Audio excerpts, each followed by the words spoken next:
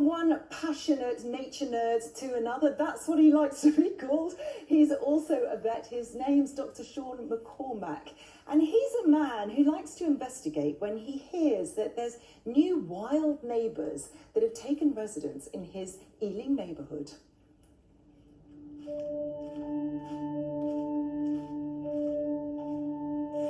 I couldn't believe it when I heard a rumour of a surprising mammal species in my local park.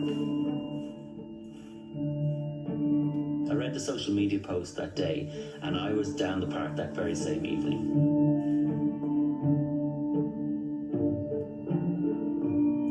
I remember hearing what I thought might be tawny owl chicks in the trees above me. But when I looked up and scanned with my torch, an unfamiliar four-legged mammal came scurrying down the branch. It turns out the rumours were true. A population of edible dormice in Ealing. Ever since then, I've been coming out to spot these nocturnal mammals, and I'm seeing them pretty regularly. It's sitting here watching me, and I can see its two ears moving. Like this, it's listening. I'm delighted. This really is like a needle in a haystack.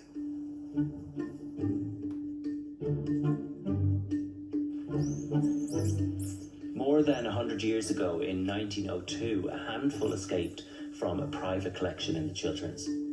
But here in Ealing, we're some 35 miles away. And they're not just turning up in the tree canopy. Edible dormice love to live in buildings like this during the summer. They'll seek warmth and shelter here during the day before going out and feeding in the trees at night.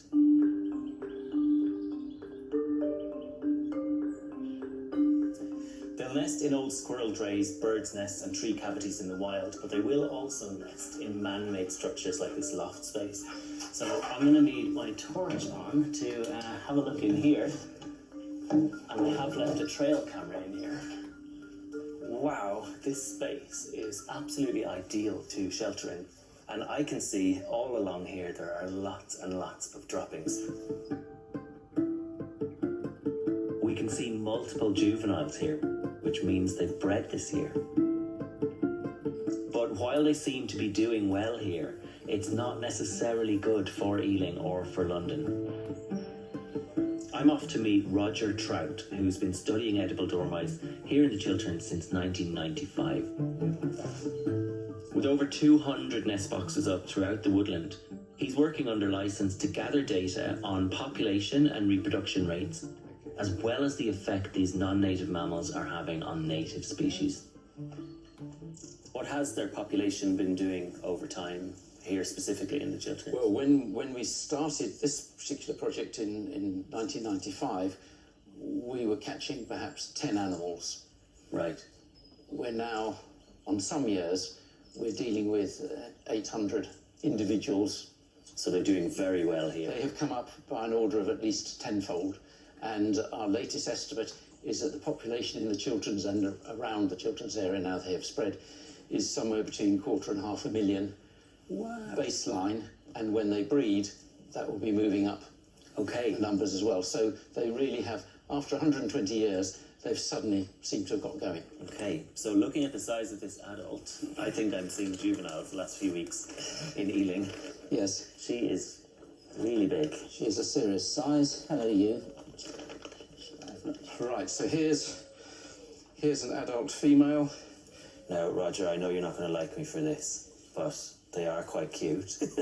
Well, they may look cute on camera, yeah, but actually they're really bad news. As an non-native invasive species, in a good year, when there are lots of animals out, they may be taking 50% of the whole nesting birds. Yeah. In this wood. That's what I've been measuring over the last 10 years. We know that they're disturbing bats, displacing them out of bat boxes. Yeah. And once they get into houses, they're really bad news.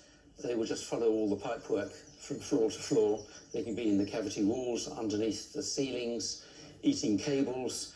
So, Roger, obviously it's a complete mystery to me where they've come from in Ealing. Any ideas? Well, there are two obvious options. Either somebody picked some up, young ones up from a wood and took them home, and they then escaped. Yeah. Or possibly they've moved along the railway lines and the road edges where there's adequate trees, but it doesn't surprise me that they're moving into London And in fact, that's actually quite bad news. With all of Roger's data collected for today, it's time to reunite the family. With her 2 babies. Good stuff, Roger, thanks. Well, despite these being very adorable looking, they are an invasive species and they're not without their problems. So I'm very interested to find out how extensive their population is in Ealing and West London.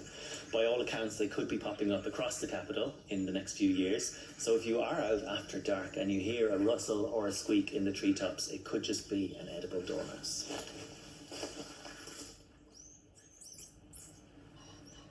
Ooh, that is a little bit of a dilemma.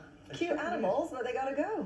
Yeah, and do you know what? I've never seen an edible dormouse. That's another one for my bucket list. Well, not here. Well, not in Wales, hopefully. No, not in Wales.